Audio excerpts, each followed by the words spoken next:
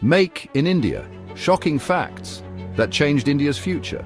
India's journey toward becoming a global manufacturing hub. It's ambitious, bold, and full of surprises.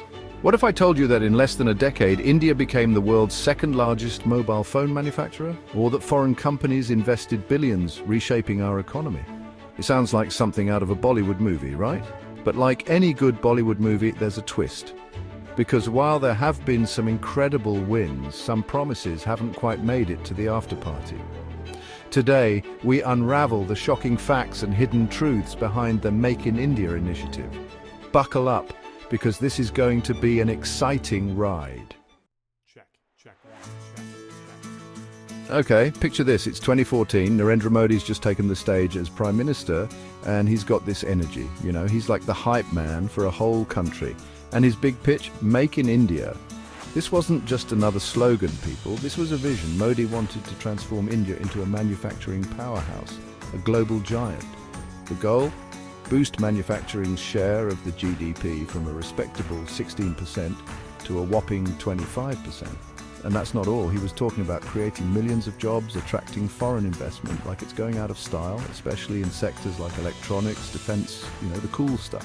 It was like India was sending out a giant neon sign to the world that flashed, "Come make in India." Sounds simple, right?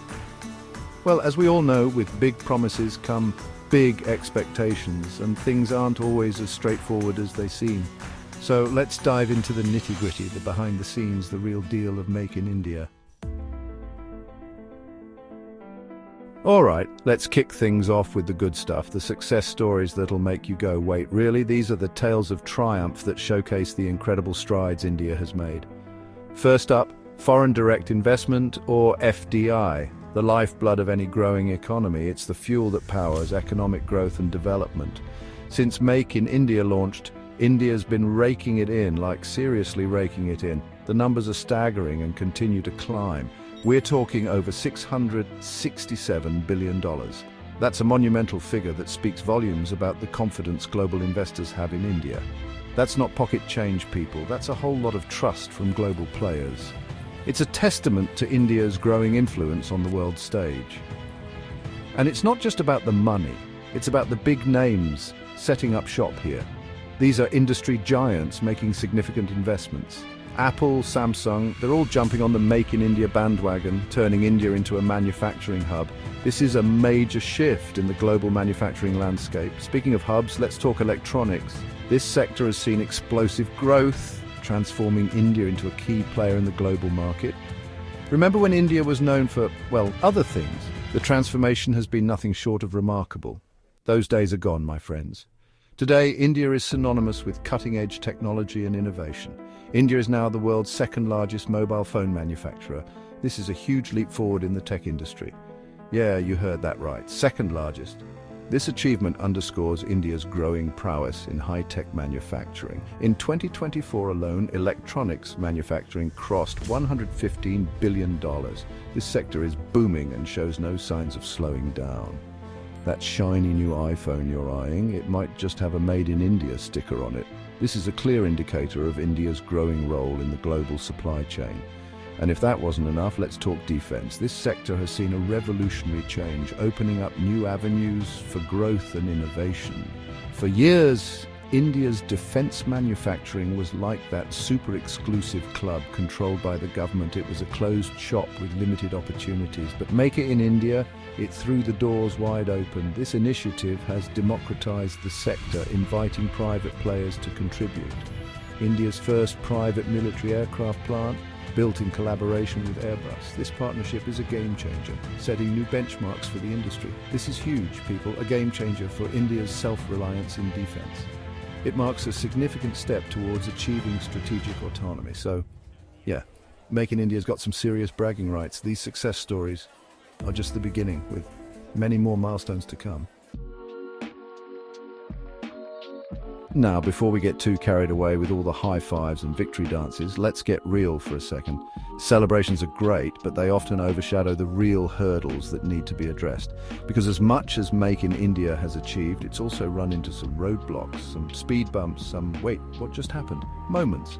These challenges are not just minor hiccups, they are significant obstacles that need strategic solutions. Remember that ambitious goal of pushing manufacturing's share of GDP to 25%? It was a bold vision, one that promised to transform the economic landscape of the country. Well, we're not quite there yet. The reality is that the manufacturing sector's contribution is still hovering around 17 to 18%.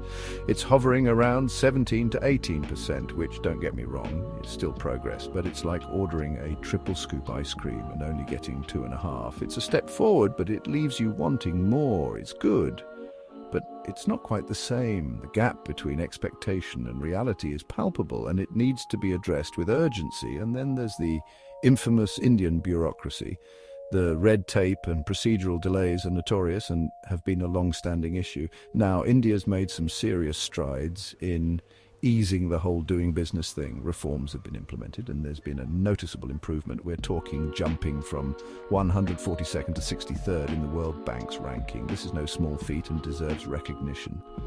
But let's be honest, navigating the system can still feel like trying to solve a Rubik's Cube blindfolded. The complexity and lack of transparency can be overwhelming.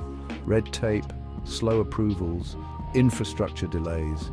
They're like those relatives who show up uninvited and overstay their welcome. They hinder progress and create unnecessary bottlenecks. But here's the real plot twist, the one nobody saw coming, the skill gap. This is a critical issue that has far-reaching implications. Companies are ready to hire, they've got jobs galore, but they can't find skilled workers. The demand for skilled labor far exceeds the supply. It's like going to a party where everyone's got an empty stomach, but there's no food. The opportunities are there, but the resources to seize them are lacking. India needs to bridge this gap, and fast, if it wants to turn those manufacturing dreams into reality. Investing in education and vocational training is crucial. Only then can the vision of Make in India be fully realized, creating a robust and sustainable manufacturing sector. Now I know what you're thinking. This is all very informative and entertaining, but what do the people on the ground, the ones actually living this Make in India experience, have to say? Well, let's hear it straight from the horse's mouth, shall we? Listen, Make in India has put India on the map. It's not just about factories popping up, it's about partnerships, trust, building relationships. We're seeing the bigger picture, the global handshake. The reforms are working, but we need to double down on labor laws, infrastructure, the nitty-gritty. We're the ones making sure the engine runs smoothly. Look, jobs have increased, especially in the cities, but what about us in the villages? We haven't seen the same benefits. So there you have it, a mixed bag of perspectives, a tapestry of experiences, a reminder that Make in India is a journey, not a destination. All right, folks, get ready to have your minds blown because we're about to dive into the lesser known, the unexpected, the hold on what? Facts about Make in India. This initiative has been a game changer, and we're here to uncover some of the most astonishing details that you probably haven't heard about. Fact number one, India's defense exports have skyrocketed. And I mean skyrocketed since Make in India took off. We're talking nearly fivefold.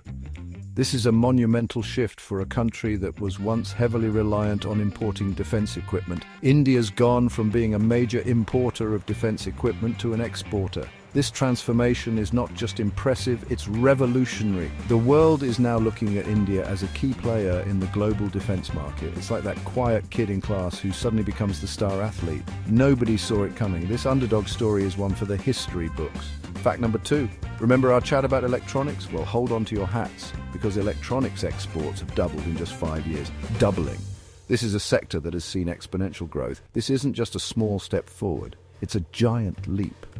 The electronics industry in India is sprinting into the big leagues of high-tech manufacturing, making its mark on the global stage. That's not walking. That's sprinting into the big leagues of high-tech manufacturing. The advancements in technology and production capabilities are nothing short of remarkable.